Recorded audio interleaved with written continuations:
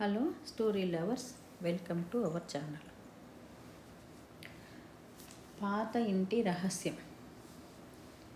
పాత ఇంటి రహస్యం, మౌనం వెనుక దాగిన నిజం. నిశ్శబ్దంగా ఉన్న ఆ పాత ఇల్లు ఎన్నో ఏళ్లుగా రహస్యాలకు నిలయంగా మారింది. ఊరి చివర ఉన్న ఆ ఇంట్లోకి అడుగు పెట్టడానికి ఎవరూ సాహసించరు. రాత్రి వేళల్లో ఆ ఇల్లు వింతైన గంభీరతను సంతరించుకుంటుంది. చుట్టూ ఉన్న చెట్ల ఆకులు గాలికి కదులుతుంటే వచ్చే శబ్దం, గుడ్లగూబల అరుపులు ఆ ప్రాంతాన్ని మరింత భయానకంగా మారుస్తాయి. కానీ అన్నిటికంటే భయంకరమైనది ఆ ఇంట్లో నుండి అర్ధరాత్రి వేళ వినిపించే ఒక చిన్న పాప ఏడుపు. ఆ వెంటనే వినిపించే ఒక వృద్ధురాలి గొంతు. ఆ ఇంటిని ఇటీవలే కొనుగోలు చేశారు మాధవి, కిరణ్ దంపతులు. నగర జీవితానికి దూరంగా ప్రశాంతమైన వాతావరణంలో బతకాలని వారు ఆ నిర్ణయం తీసుకున్నారు. ఇల్లు చాలా తక్కువ ధరకే రావడంతో వారు ఎంతో సంతోషించారు. కానీ ఆ సంతోషం ఎంతో కాలం నిలవలేదు. ఇంట్లోకి మారిన మొదటి రోజు నుంచే వారికి వింత అనుభవాలు ఎదురవ్వడం మొదలయ్యాయి. ముఖ్యంగా ఇంటి వెనుక వైపు ఉన్న ఒక మూసి ఉన్న గది నుండి రాత్రి 2 గంటల సమయంలో వింత శబ్దాలు రావడం మాధవి గమనించింది. కిరణ్తో చెప్తే అతడు భ్రమ అని కొట్టిపారేశాడు. కానీ మాధవి మనసు ఒప్పుకోలేదు. ఆ రాత్రి కూడా సరిగ్గా అదే సమయానికి ఆ గది లోపల నుండి ఎవరో ఏడుస్తున్న శబ్దం స్పష్టంగా వినిపించింది. ధైర్యం తెచ్చుకొని చేతిలో టార్చి లైట్ పట్టుకొని మాధవి ఆ గది వైపు అడుగులు వేసింది. ఆ గది తలుపులు నెమ్మదిగా తెరుచుకుంది. చేతిలో చిన్న నూనె దీపం పట్టుకొని తెల్లటి చీర కట్టుకున్న ఒక వృద్ధురాలు నేల మీద కూర్చొని ఉంది. ఆమె ముందు పాత చెక్క ఊయలలో బిడ్డ లేదు. కేవలం రంగు వెలిసిపోయిన చిన్న దుప్పటి మాత్రమే ఉంది. ఆ వృద్ధురాలి భుజాలు ఏడుపుతో వణుకుతున్నాయి. ఆ నూనె దీపపు వెలుతురులో ఆమె నీడ గోడపై పెద్దదిగా భయంకరంగా కనిపిస్తోంది. మాధవి భయంతో ఒక అడుగు వెనక్కి వేసింది. గుండె గొంతులోకి వచ్చినట్లయింది. చేతిలోని టార్చి లైట్ వణుకుతుంది. ఎవరు మీరు అని మెల్లగా వణుకుతున్న గొంతుతో అడిగింది. వృద్ధురాలు ఒకసారి తల పైకెత్తి కన్నీళ్లతో నిండిన ఆ కళ్ళు, ముఖంపై ఉన్న ముడతలు ఆమె అనుభవిస్తున్న నరక యాతనను చూపిస్తున్నాయి. ఆమె ముఖాన్ని చూసిన వెంటనే మాధవి గుండె వేగంగా కొట్టుకుంది. ఆ వృద్ధురాలు ఎవరో కాదు, ఆ ఇంటిని తమకు అమ్మిన రాఘవయ్య గారి భార్య శారదమ్మ. శారదమ్మ గారు, మీరు ఇక్కడికి ఎలా వచ్చారు? అర్ధరాత్రి ఈ మూసి ఉన్న గదిలో మీరేం చేస్తున్నారు? మాధవి ఆశ్చర్యపోతూ అడిగింది. శారదమ్మ సమాధానం చెప్పలేదు. ఊయలలోని ఆ పాత దుప్పటిని తన గుండెలకు హత్తుకొని మళ్ళీ గట్టిగా ఏడవడం మొదలుపెట్టింది. ఆ ఏడుపులో ఒక రకమైన ఆవేదన, పశ్చాత్తాపం కొట్టవచ్చినట్లు కనిపిస్తుంది. నా మనవరాలు నన్ను క్షమించదమ్మా, నా కోడలు కూడా నన్ను క్షమించదు, నేను పాపాత్మురాలని అంటూ శారదమ్మ రోధించసాగింది. మాధవికి ఏం చేయాలో తోచలేదు. పరిస్థితి చెయ్యి దాటుతుందనిపిస్తుంది. హాల్లో నిద్రిస్తున్న తన భర్త కిరణ్ను పిలవాలని వెనక్కి తిరిగింది. వెంటనే శారదమ్మ లేచి వచ్చి మాధవి చెయ్యి పట్టుకుంది. ఆమె చేతులు మంచులా చల్లగా ఉన్నాయి. ఎవరినీ పిలవకమ్మా, దయచేసి ఎవరినీ పిలవకు. నన్ను దెయ్యం అనుకున్నా పర్వాలేదు, కానీ నేను చేసిన తప్పు గురించి ఊరంతా తెలుసుకుంటే నా భర్త తలదించుకోవాలి. ఆ అవమానంతో ఆయన బతకడు. నన్ను నమ్ము, నేను ఎవరికీ కీడు చెయ్యను అంటూ వేడుకుంది. శారదమ్మ కళ్ళలోని ఆర్తిని చూసి మాధవి మనసు కరిగింది. భయాన్ని పక్కన పెట్టి ఆమె పక్కనే నేలపై కూర్చుంది. మీరు ప్రతి రాత్రి ఇక్కడికి వస్తున్నారా? ఇల్లు మాకు అమ్మేసిన తర్వాత కూడా ఎలా రాగలుగుతున్నారు? అంది మాధవి. శారదమ్మ నెమ్మదిగా తల ఊపింది. తన కన్నీళ్లలో చీర కొంగుతో తుడుచుకుంటూ రహస్యాన్ని విప్పింది. ఆ పాత ఇంటి వెనుక వైపు ఉన్న పాడుబడిన ధాన్యం గది నుంచి లోపలి గదిలోకి ఒక చిన్న రహస్య మార్గం ఉండేదట. పూర్వం దొంగల భయం ఎక్కువగా ఉన్న రోజుల్లో ఇంట్లోని ఆడవాళ్ళు ప్రమాద సమయంలో ప్రాణాలు రక్షించుకొని బయటకు వెళ్లేందుకు ఆ మార్గాన్ని ఆ కాలం నాటి పెద్దలు నిర్మించారట. ఇల్లు అమ్మిన తర్వాత కూడా శారదమ్మ దగ్గర ఆ రహస్య తలుపు తాళం చెవి ఉండిపోయింది. ఆ విషయం ఆమె భర్త రాఘవయ్యకు కూడా తెలియదు. ప్రతి రాత్రి ఇంట్లో అందరూ నిద్రపోయాక శారదమ్మ ఎవరికీ తెలియకుండా ఇల్లు దాటి ఆ పాడుబడిన ధాన్యం గది మార్గం ద్వారా ఆ గదిలోకి వచ్చేది. అక్కడ ఉన్న ఆ పాత ఉయ్యల దగ్గర కూర్చొని తెల్లవార్లు ఏడ్చేది. ఆ ఉయ్యల ఎవరిది శారదమ్మ గారు? మాధవి ఆ చిన్న చెక్క ఉయ్యలను తాకుతూ అడిగింది. శారదమ్మ కళ్ళ నుంచి మళ్ళీ నీళ్లు జారాయి. నా మనవరాలు దీప్తిది. నా చేతులలో నేను ఊపిన ఉయ్యల ఇది. నా చేతులతో నేను ఊపిన ఉయ్యల ఇది. ఆమె ఇప్పుడు ఎక్కడుంది? మీ కొడుకు కోడలు ఎక్కడ ఉన్నారు? తెలియదమ్మా. ఎక్కడున్నారో ఏమైపోయారో అస్సలు తెలియదు. ఒక్క మాటలోనే 20 సంవత్సరాల సుదీర్ఘమైన బాధ, నిరీక్షణ వినిపించింది గతంలోకి శారదమ్మ కథ. శారదమ్మ కొద్దిసేపు మౌనంగా ఉండి గతాన్ని గుర్తు చేసుకుంటూ తన కథ చెప్పడం మొదలుపెట్టింది. 20 ఏళ్ల క్రితం ఈ ఇల్లు ఎంతో కలకలలాడుతూ ఉండేది. శారదమ్మకు ఒకే కుమారుడు. పేరు రమేష్. చదువులో ఎంతో తెలివైనవాడు. నలుగురితో నవ్వుతూ మాట్లాడేవాడు. కానీ చిన్నప్పటి నుంచి తల్లి మాట అంటే విపరీతమైన గౌరవం, భయం. తల్లి మాటకు ఎప్పుడూ ఎదురు చెప్పేవాడు కాదు. రమేష్కు వసుంధర అనే అమ్మాయితో పెళ్లి జరిగింది. వసుంధర చాలా పద్ధతి గల అమ్మాయి. నెమ్మదిగా మాట్లాడేది. ఇంట్లో అందరినీ గౌరవించేది. శారదమ్మను అత్తలా కాకుండా సొంత తల్లిలా చూసుకునేది. ఇంట్లో ఎలాంటి గొడవలు లేవు. అంతా సంతోషంగా సాగిపోతుంది. పెళ్ళైన 2 ఏళ్ల తర్వాత వారికి ఒక అందమైన పాప పుట్టింది. ఆ పాపకు దీప్తి అని పేరు పెట్టారు. ఆ పాప పుట్టాక ఇంట్లో ఆనందం రెట్టింపయింది. ఆ గదిలోనే ఆ చెక్క ఉయ్యాలను కట్టారు. రాత్రిళ్ళు దీప్తి ఏడ్చితే వసుంధర రోజంతా పనిచేసి అలసిపోయి ఉన్నా సరే విసుక్కోకుండా లేచి కూర్చొని పాపను ఊయలలో వేసి పాట పాడేది. జోలా జోలమ్మ నా చిన్న తల్లెమ్మ అంటూ. ఆ మధురమైన పాట వినగానే దీప్తి ఏడుపు ఆపి హాయిగా నిద్రపోయేది. శారదమ్మ కూడా ఆ పాట వింటూ పరవశించిపోయేది. కానీ ఒక దురదృష్టకరమైన రోజు వారి సుఖ సంతోషాలు కుటుంబాన్ని ముక్కలు చేసే సంఘటన జరిగింది. శారదమ్మ తన తల్లి ఇచ్చిన పాతకాలపు నవరత్నాల బంగారహారం కనిపించలేదని ఇంట్లో వెతకడం ప్రారంభించింది. అల్మరా తాళం అలాగే ఉంది. పగలలేదు. ఇంట్లోకి దొంగలు వచ్చిన గుర్తులు ఎక్కడా లేవు. అంటే ఇంట్లో ఉన్నవారే ఈ పని చేసి ఉండాలి. ఆ రోజు ఇంట్లో వసుంధర ఒక్కతే ఉంది. రాఘవయ్య, రమేష్ పొలానికి వెళ్ళారు. అదే సమయంలో పక్కింట్లో ఉండే శారదమ్మ బంధువు కాస్త నోటి దూల ఎక్కువ ఉన్న కమలమ్మ వచ్చి ఒక మాట చెప్పింది. శారదక్క, నేను నిన్న వసుంధరను టౌన్లోకి ఒక పెద్ద బంగారం దుకాణం దగ్గర చూశాను. ఆమె చేతిలో చిన్న సంచి కూడా ఉంది. చాలా కంగారుగా లోపలికి వెళ్తుంది. నువ్వేమైనా బంగారం కొనమని పంపావా అని అడిగింది. ఆ మాట విన్న శారదమ్మకు ఒక్కసారిగా నెత్తికి కోపం వచ్చింది. ఇంట్లో హారం పోవడం, వసుంధర బంగారు షాపుకు దగ్గర కనిపించడం, రెండింటికి లింకు పెట్టేసింది. కోడలిపై అనుమానం పెంచుకుంది. సాయంత్రం వసుంధర ఎదురు రాగానే శారదమ్మ గట్టిగా అడిగింది. నా హారం ఎక్కడ పెట్టావు వసుంధర? మర్యాదగా ఇచ్చేయి. వసుంధర ఆశ్చర్యంగా కంగారుగా చూసింది. ఏ హారం అత్తయ్య? నేను మీ హారం తీయలేదు. నాకేం తెలియదు. అబద్ధం చెప్పకు. నిన్న నువ్వు టౌన్లో బంగారు దుకాణం దగ్గర చూశారట. ఇంట్లో తాళాలు నీ దగ్గరే ఉంటాయి. నువ్వు కాక ఇంకెవరు తీస్తారు? దొంగతనం చేసి మళ్ళీ పత్తిత్తులా నటిస్తున్నావా అంటూ శారదమ్మ ఘోరమైన మాటలతో నిందించడం మొదలుపెట్టింది. వసుంధర ఎంత చెప్పినా కాళ్ళా వేళ్ళపడి ఏడ్చినా శారదమ్మ వినలేదు. ఆ రాత్రి రమేష్ ఇంటికి వచ్చాక శారదమ్మ కొడుకు ముందు గొడవ పెట్టింది. రమేష్ ఎప్పుడు తల్లి మాటను కాదనడు. అందుకే అతను కూడా భార్య వైపు నిలబడకుండా తల్లి మాటనే నమ్మాడు. వసుంధర, అమ్మ అబద్ధం చెప్పదు కదా. నువ్వు తీసుకోపోతే మరెవరు తీసుకుంటారు? నిజం చెప్పు. ఆ హారం ఏం చేశావు అని రమేష్ భార్యను గద్దించాడు. తనను ప్రాణంగా ప్రేమించిన భర్త కూడా తనను నమ్మకపోవడంతో వసుంధర గుండె పగిలిపోయింది. కళ్ళలో నీళ్లు నిండాయి. నా క్యారెక్టర్ని అనుమానించిన చోట నేను ఉండలేను. మీ ఇద్దరికీ నా మీద నమ్మకం లేకపోతే నేను ఈ ఇంట్లో ఉండడం వృధా అంటూ వసుంధర దీప్తిని తీసుకొని ఆ రాత్రే పుట్టింటికి వెళ్ళాలని నిర్ణయించుకుంది. కానీ శారదమ్మ కోపంలో, అహంకారంలో ఇంకో పెద్ద తప్పు చేసింది. నువ్వు దొంగతనం చేసి మా ముఖాన ముసుగేసి వెళ్తావా? వెళ్ళు. కానీ మా ఇంటి వారసురాలైన దీప్తిని తీసుకెళ్ళడానికి వీల్లేదు.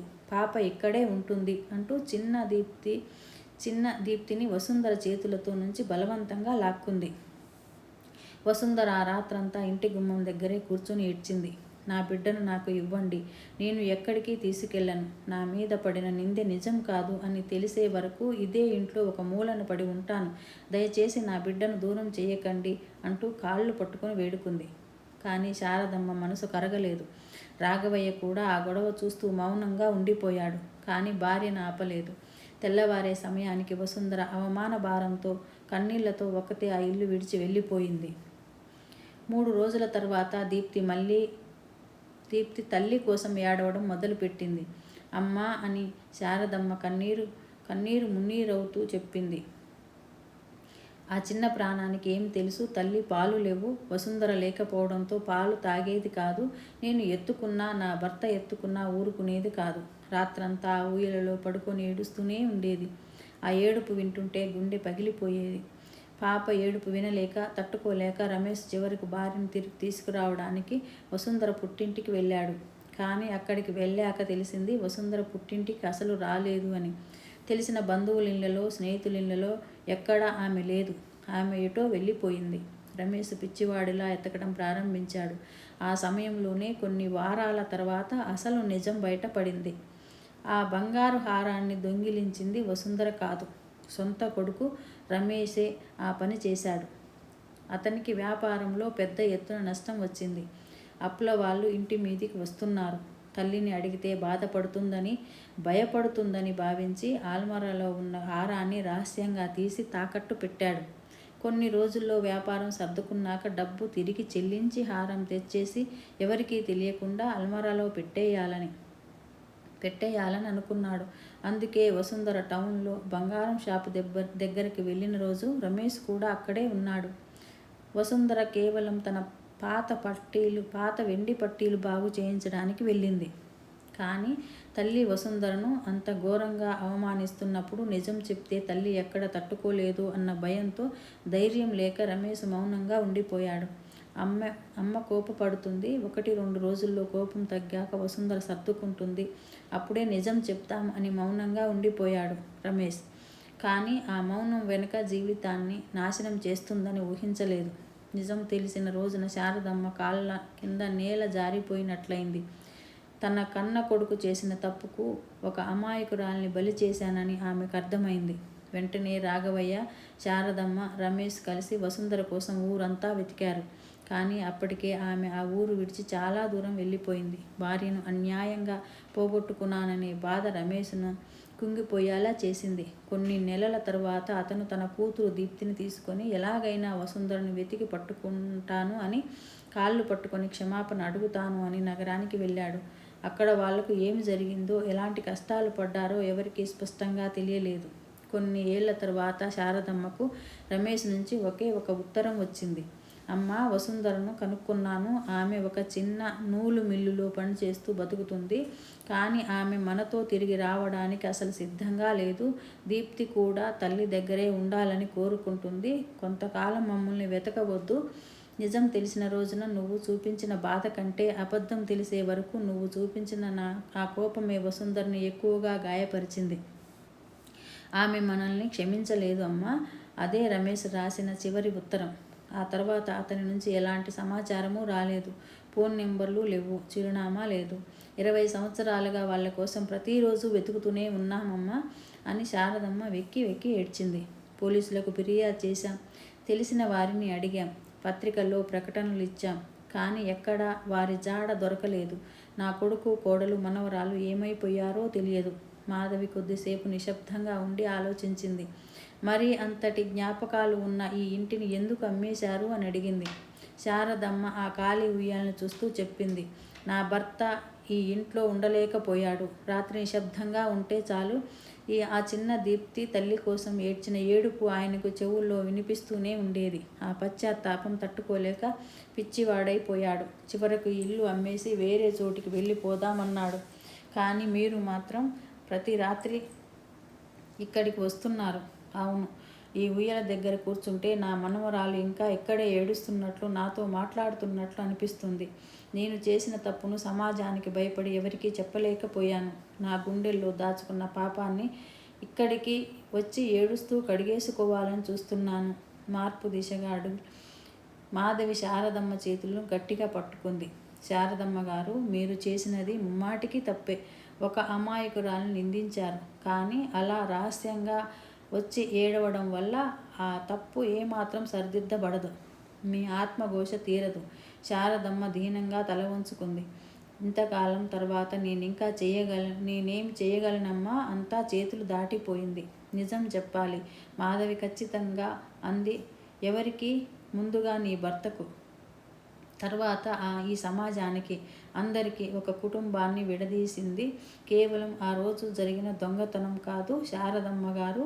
నిజం తెలిసిన మాట్లాడకుండా దాచేసిన మీ మౌనం.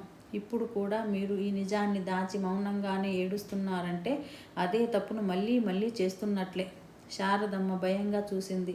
ఇప్పుడు నిజం తెలిస్తే నా భర్త నన్ను ద్వేషిస్తాడు, నాతో బతకడు కావచ్చు. కానీ అబద్ధంతో, అనుమానంతో మీ పక్కన ఉండడం కంటే నిజం తెలిసి కొంతకాలం కోపంగా ఉండడం చాలా మంచిది. నిజాన్ని ఎదుర్కోండి. ఆ మాటలు శారదమ్మ మనసులో బలంగా ముద్రపడ్డాయి. ఆమెలో ఒక కొత్త ధైర్యం వచ్చింది. ఆ రాత్రి మాధవికి, కిరణ్ ఇద్దరూ కలిసి శారదమ్మను ఆమె ఉంటున్న ప్రస్తుత ఇంటికి తీసుకెళ్లారు. రాఘవయ్యను నిద్రపోకుండా వరండాలో దిగులుగా కూర్చొని ఉన్నాడు. అర్ధరాత్రి వేళ భార్య వేరే వాళ్ళతో కలిసి రావడం చూసి ఆశ్చర్యంతో కోపంగా అడిగాడు. మళ్ళీ ఆ పాత ఇంటికే వెళ్ళావా శారద? ఎందుకు మనల్ని ఆ గతం వెంటాడుతుంది? శారదమ్మ అతని ముందు ముఖాలపై కూలబడిపోయింది. నన్ను క్షమించండి, నేను మీకు ఒక చేదు నిజం చెప్పాలి. ఆమె 20 ఏళ్లుగా గుండెలో దాచుకున్న పచ్చి నిజాన్ని బయటపెట్టింది. వసుంధరను తనెలా ఘోరంగా అవమానించిందో, బిడ్డను ఎలా దూరం చేసిందో, రమేష్ వ్యాపార నష్టాల వల్ల హారం తీశాడని తెలిసి కూడా తన అహంకారం కొద్దీ ఎలా దాచేసిందో, అన్ని తప్పులను ఒప్పుకుంది. రాఘవయ్య చాలాసేపు ఒక్క మాట కూడా మాట్లాడలేదు. శూన్యంలోకి చూస్తూ ఉండిపోయాడు. చివరికి అతని కళ్ళల్లో నుంచి కన్నీళ్లు జారాయి. నువ్వు ఒక్కదానివే తప్పు చేయలేదు శారద అన్నాడు రాఘవయ్య భారంగా నిట్టూరుస్తూ. వసుంధరను నువ్వు నిందిస్తున్నప్పుడు నేను అక్కడే ఉన్నాను. నేను ఇంటి పెద్దను. నిజం తెలుసుకోకుండా ఆడపిల్లని ఏడుస్తున్నా నిశ్శబ్దంగా నిలుచున్నాను. రమేష్ మౌనంగా ఉన్నాడు. నేను మౌనంగా ఉన్నాను. మనమంతా కలిసి ఆ అమాయకురాల్ని ఇల్లు దాటించేశాం. తప్పు మనందరిది. ఆ రాత్రి ఆ ఇంట్లో పెద్ద ఎత్తున ఏడుపు వినిపించింది. కానీ అది భయపెట్టే ఏడుపు కాదు. 20 సంవత్సరాలుగా గుండెల్లో దాచుకున్న నిజాన్ని బద్దలు కొట్టుకొని వచ్చిన పశ్చాత్తాపు ఏడుపు. అన్వేషణ మరియు సోషల్ మీడియా. మరుసటి రోజు నుంచి మాధవి, కిరణ్ ఊరికే కూర్చోలేదు. శారదమ్మ కుటుంబానికి ఎలాగైనా న్యాయం చేయాలనుకున్నారు. రమేష్ 20 ఏళ్ల క్రితం పంపిన ఆ పాత ఉత్తరాన్ని జాగ్రత్తగా పరిశీలించారు. ఆ ఉత్తరం మీద ఉన్న పోస్టాఫీసు ముద్ర సగం చెరిగిపోయింది. అయినా కిరణ్ కంప్యూటర్ సహాయంతో ఆ నగరం పేరు విజయవాడ అని కొంతవరకు కనుక్కున్నాడు.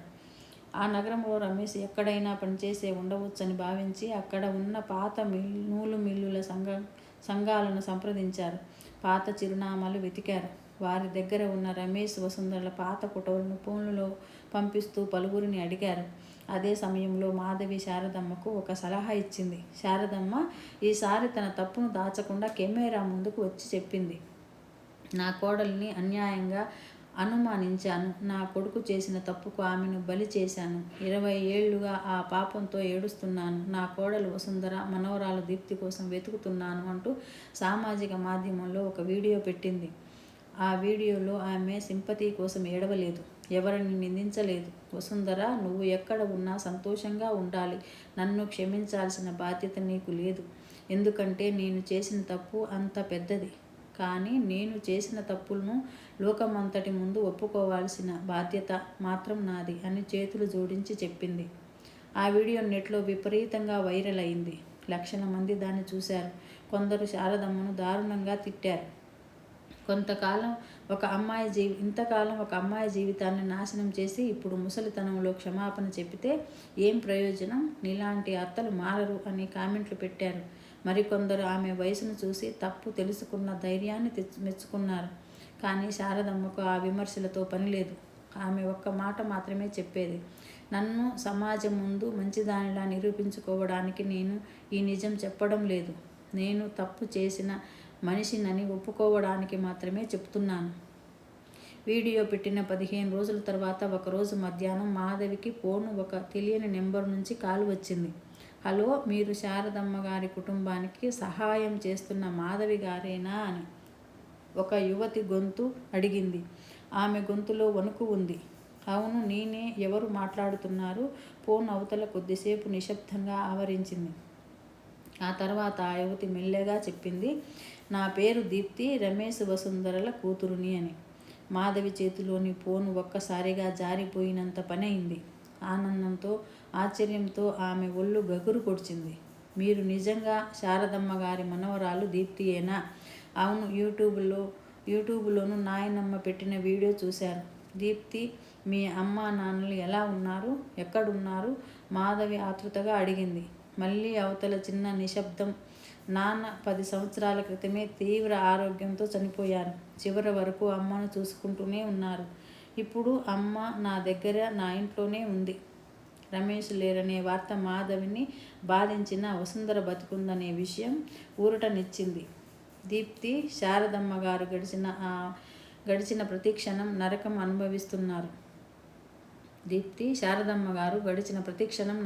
అనుభవిస్తున్నారు. మీరు ఒకసారి ఆమెతో మాట్లాడగలరా?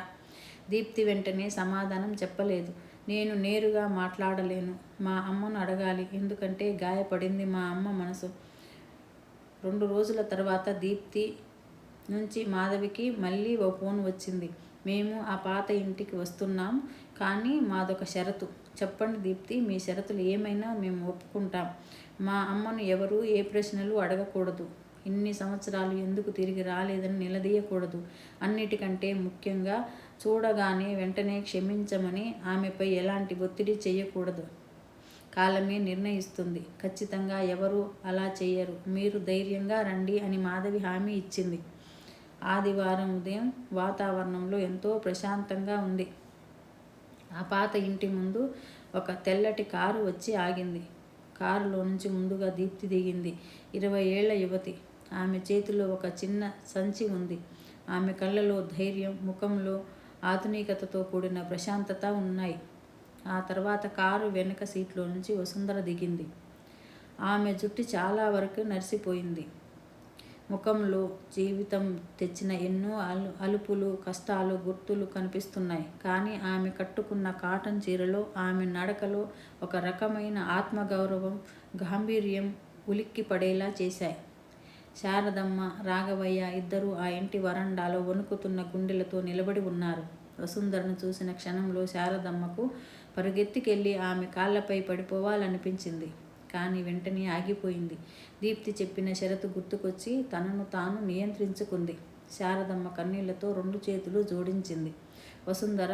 అంతకు మించి ఆమె గొంతులోంచి మాట రాలేదు. వసుంధర కూడా ఏమీ మాట్లాడలేదు. శారదమ్మ వైపు ఒక్కసారిగా సూటిగా చూసింది. ఆ చూపులో పాత కోపం లేదు.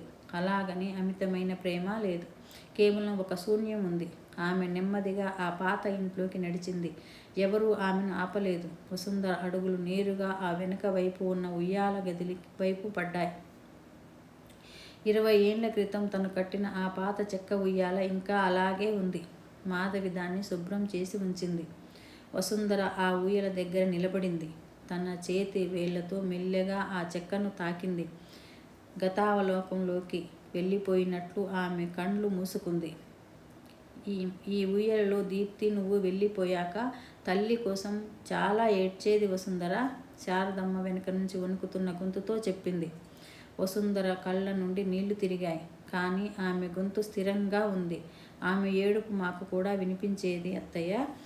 నేను మా ఊరి విడిచి ఏ నగరంలో ఉన్నా, ఏ మిల్లులో పనిచేస్తున్నా ప్రతి రాత్రి 2 గంటలకి నా బిడ్డ ఏడుపు నా గుండెల్లో వినిపిస్తూనే ఉండేది అంది వసుంధర. శారదమ్మ అక్కడే నేలపై కూలబడిపోయింది. నేను పాపాత్మురాలిని. నా అహంకారంతో ఒక సంసారాన్ని కూల్చాను. నన్ను క్షమించమని అడిగే కనీస అర్హత కూడా నాకు లేదు. వసుంధర వెనక్కి తిరిగి శారదమ్మను చూసింది. మీరు చేసిన ఒక్క పని తప్పు వల్ల నేను నా జీవితంలో అత్యంత విలువైన రోజులను కోల్పోయాను. నా భర్త నిజం వెంటనే చెప్పకపోవడం వల్ల అతని మీద నమ్మకం కోల్పోయాను. ఈ ఇంట్లో ఎవరు నా మాట వినకపోవడం వల్ల అసలు కుటుంబం అనే బంధం మీద నమ్మకం కోల్పోయాను. నా బాధ ఎలాంటిదో మాటల్లో చెప్పలేను. శారదమ్మ తలదించుకొని ఏడవసాగింది. కానీ ఈ 20 ఏళ్ళు ఒంటరి పోరాటంలో నేను ఒక విషయం నేర్చుకున్నాను అత్తయ్య. వసుంధర తన మాటను కొనసాగించింది. క్షమించడం అంటే జరిగిన ద్రోహాన్ని మర్చిపోవడం కాదు. మళ్ళీ మనసులో ఆ పాత పగను, విషాన్ని పెంచుకోకుండా మనల్ని మనం ప్రశాంతంగా ఉంచుకోవడం. మిమ్మల్ని ద్వేషిస్తూ కూర్చుంటే నేను నా జీవితాన్ని జీవించలేను. శారదమ్మ నెమ్మదిగా ఆశగా తల పైకెత్తి, అంటే నువ్వు నన్ను క్షమించావా వసుంధర? వసుంధర వెంటనే అవును అని చెప్పలేదు. ఈ రోజు నుంచి మిమ్మల్ని క్షమించడానికి మనస్ఫూర్తిగా ప్రయత్నిస్తాను అత్తయ్య. బంధాలు ఒక రోజుల్లో అతుక్కోవు అంది. ఆ మాట విన్న శారదమ్మ వసుంధరను కాళ్ళు పట్టుకొని బిగ్గరగా ఏడ్చింది. ఈసారి ఏడుపుల్లో కేవలం పశ్చాత్తాపం మాత్రమే కాదు, 20 ఏళ్ల భారం దిగిపోయిన ఉపశమనం కూడా ఉంది. సరికొత్త ప్రారంభం. దీప్తి తన చేతిలోని సంచిలో నుంచి ఒక చిన్న పాత వస్తువును తీసింది. అది రమేష్ తన చివరి రోజులో రాసుకున్న వ్యక్తిగత డైరీ.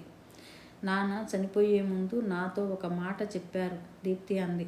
జీవితంలో తప్పు చేయడం సహజం, కానీ తప్పు చేసినప్పుడు నిజం చెప్పడానికి అసలు ఆలస్యం చేయవద్దని చెప్పారు. ఆయన కూడా భయపడి ఆలస్యం చేశారు. అందుకే బ్రతికినంతకాలం నరకం అనుభవించారు. ప్రతిరోజు పశ్చాత్తాపంతో కుంగిపోయారు. ఆమె ఆ డైరీని శారదమ్మ చేతిలో పెట్టింది. ఇది మీ దగ్గరే ఉండాలి.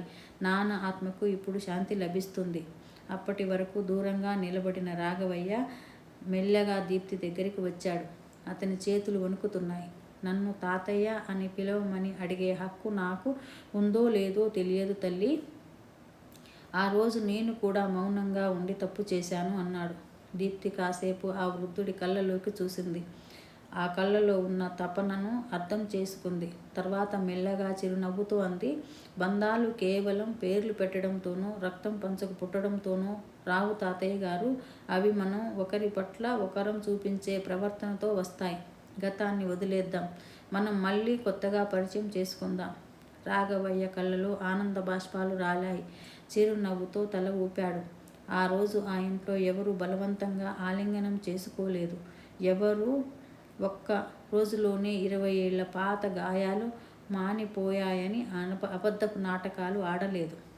కానీ అందరూ కలిసి కూర్చొని భోజనం చేశారు. ఒకరి కష్టసుఖాలు ఒకరు మాట్లాడుకున్నారు. ఒకరినొకరు విన్నారు. ఎన్నో సంవత్సరాల సుదీర్ఘ నిశ్శబ్దం తర్వాత ఆ పాత ఇంట్లో మళ్ళీ నవ్వులు వినిపించాయి.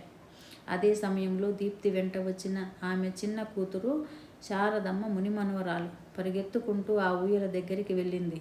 అమ్మ, ఈ ఊయల చాలా బాగుంది. ఇందులో నేను పడుకోవచ్చా అని అమాయకంగా అడిగింది. ఆ చిన్నారి మాటలకు అక్కడ ఉన్న వారందరూ ఒక్కసారిగా నవ్వేశారు. ఆ నవ్వుతో ఆ గదిలోని చీకట్లు తొలగిపోయినట్లు అనిపించింది. శారదమ్మ ఎంతో ప్రేమగా ఆ ఊయలను తన కొంగుతో శుభ్రం చేసి ఆ చిన్నారిని అందులో కూర్చోబెట్టింది. వసుంధర పక్కనే నిలబడి ఆ ఊయలను మెల్లగా ఊపింది.